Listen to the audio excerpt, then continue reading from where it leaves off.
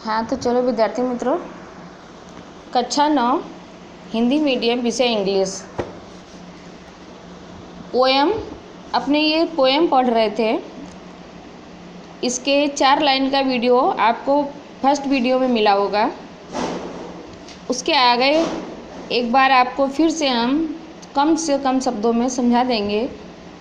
The useful plough, a country life is sweet, यानी ग्राम्य जीवन बहुत ही मज़ेदार है। In moderate cold and heat, यानी मध्यम ठंडी और मध्यम गर्मी। To walk in the air, how pleasant the and fair, यानी to walk in the air, हवा का वातावरण में घूमना कितना खुशनुमा लगता है, कितना अच्छा लगता है। In every field of wheat, गेहूं के सभी खेतों में घूमना, सुबह का वातावरण कितना खुशनुमा लगता है।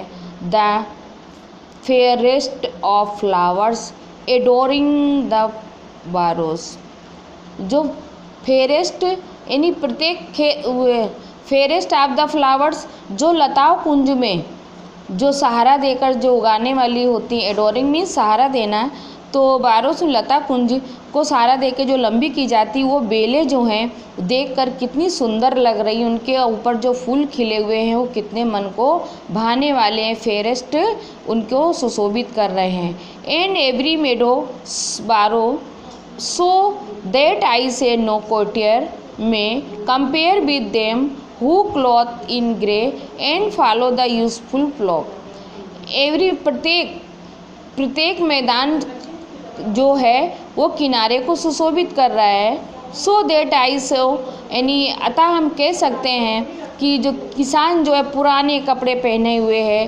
किसी दरबारी की भी तुलना नहीं कर सकते हैं। आई से नो कोटियर में कंपेयर विद देम, उसकी तुलना हम दरबारी से भी नहीं कर सकते हैं कि किसान पुराने कपड़े पहने हुए हैं। Who clothe in grey, grey means पुराने, यानी जो डार्क हो जाते गंदे टाइप के, इस टाइप के कपड़े किसान पहने हुआ है। And follow the useful plough, और वो खेती कर रहा है। They rise with the morning lark and labour to almost dark, वे सुबह प्रातःकाल, एकदम प्रातःकाल जो सूर्य उगने से पहले, rise with the morning lark means एकदम प्रातःकाल, एंड लेबर टिल ऑलमोस्ट, और जब तक सूरज डूब नहीं जाता सूर्यास्त तक काम करता रहता है। Then folding their sheep they hasten so sleep, वे अपने पशुओं को, यानी भेड़ को, गाय को, जो भी पशु होते हैं, फोल्डिंग देयर शिप, वो उनके घर के अंदर बांध देता है। हेस्टिन मीन्स जहाँ उनका घर होता है जानवरों का रहने का, और उसके बाद वो सो जाता है।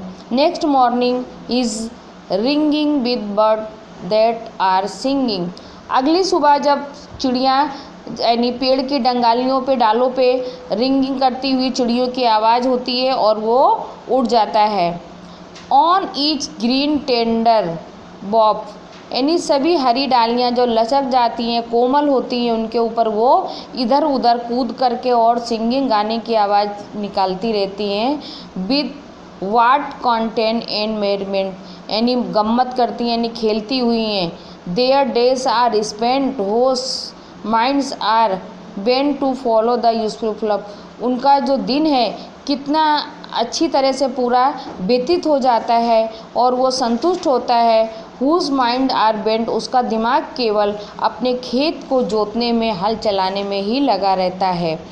तो प्यारे विद्यार्थी मित्रों, आपने पोएम में से क्या सीखा और इसका अर्थ क्या निकला, ये आपने अभी हमने जो आपको भाषांतर समझाया है उसमें आपने समझा है। तो और आपको ये प्रश्नों के जवाब ट्रू और फॉल्स अभी करा रहे हैं, प्रश्नों के जवाब अभी हम सेंड करके भिजवा देते हैं। ट्रू, पहले में आपका वाक्य देखिए, the poem is about from life and the country side, true. Second में फॉल्स, थर्ड में फॉल्स और फोर्थ में ट्रू। उसके बाद आपका how long do the farmers work in their fields, यानी किसान खेत में कितने समय तक काम करता है, तो किसान कितना समय, the farmer works in their field every morning to till evening, शाम तक काम करता है। इसके बाद में how does the poet describe the country life in the poem. तो पोएम के विषय में यानी उसने लेखक ने क्या बताया है। According to the poet country like is sweet, it is neither too hot nor too cold, the air is pleasant, pleasant,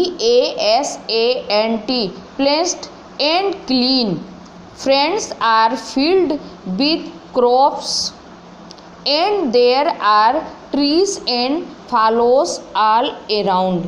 ये आपका सेकंड क्वेश्चन का आंसर होगा। इसके बाद थर्ड क्वेश्चन है what make the meaning of the plants for the farmers. तो the sweet singing of the bird in the trees makes the morning placed for makes.